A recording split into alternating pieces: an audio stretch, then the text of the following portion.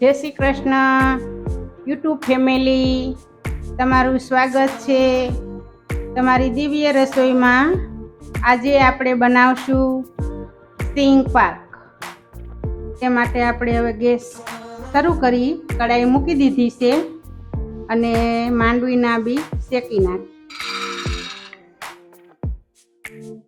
આપણે આ દાણા શેકી લઈ, પોતરા ઉખડી જાય ત્યાં સુધી આના પોતરા ઉખેડીને પોતરા સાફ કરી નાખવાના। પછી આપણે એને જો આ માંડવી પાક છે, આને આપણે ખાંડમાં બનાવવાના છે। એક તારની ચાસણી લઈને અને ગોળમાં પણ બને છે। જો તમારે ગોળમાં બનાવવો હોય તો ઓલો સફેદ ગોળ આવે છે ભીલીનો, એનાથી બનાવવો એટલે સરસ સફેદ જ બનશે।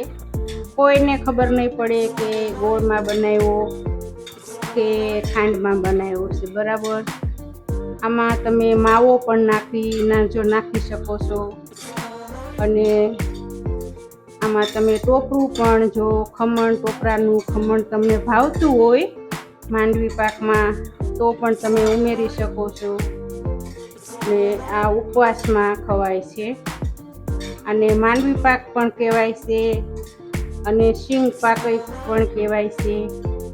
અને 10 થી 15 દિવસ કાંઈ થતું નથી, બહુ સરસ રહેશે। અને જેવું આપણે ખાતા હોય ગળ્યું એ પ્રમાણે ખાંડ ઉમેરવાની હોય છે, બરાબર।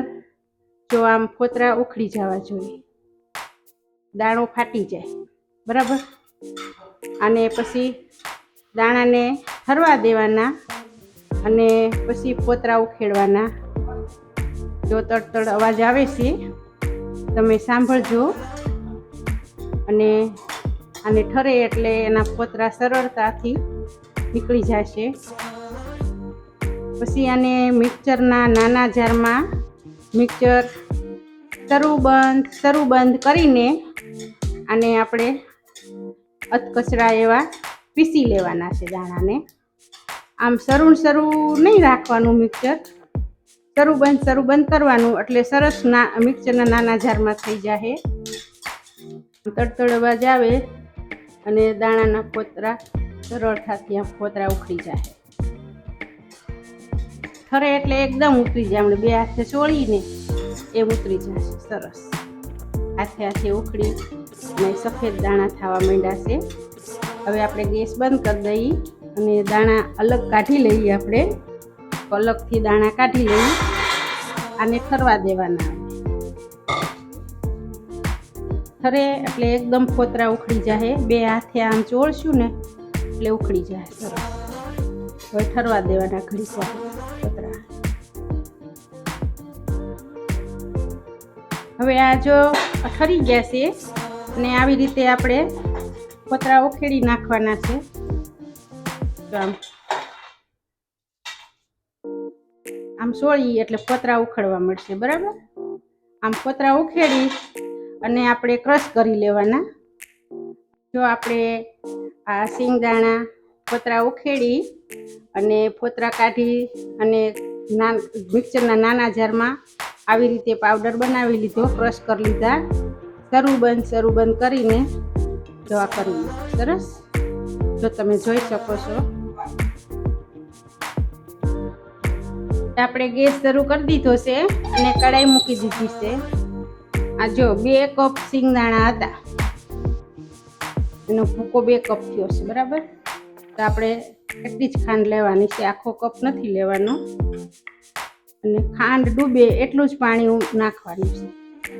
એ આપણે ચાસણી લઈએ છીએ, એક જ તારની લેવાની છે। આમાં જો તમે ચાસણી આવી જાય પછી એલચી પણ નાખી શકો છો, જો તમને ભાવે તો સરસ લાગશે। પણ અમારે એલચી વાળું નથી ખાતા એટલે એલચી નથી નાખતા અમે, એકદમ હાવ સાદો જ બનાવી છીએ જૂની રીતના।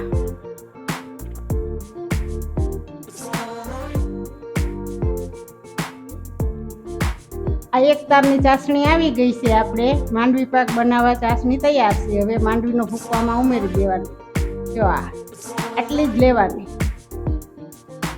જો આપણે હવે ચાસણી આવી ગઈ છે અને સિંગનો ભૂકો નાખી દઈશું. ચાસણી આવી જાય એટલે ગેસ બંધ કરી દેવાનો. સિંગનો ભૂકો ઉમેરી એટલે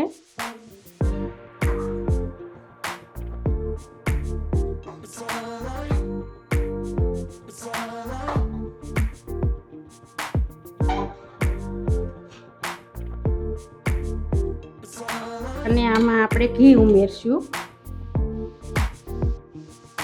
એટલે શાઇનિંગ મારશે, સરસ થાય. માંડવી પાક.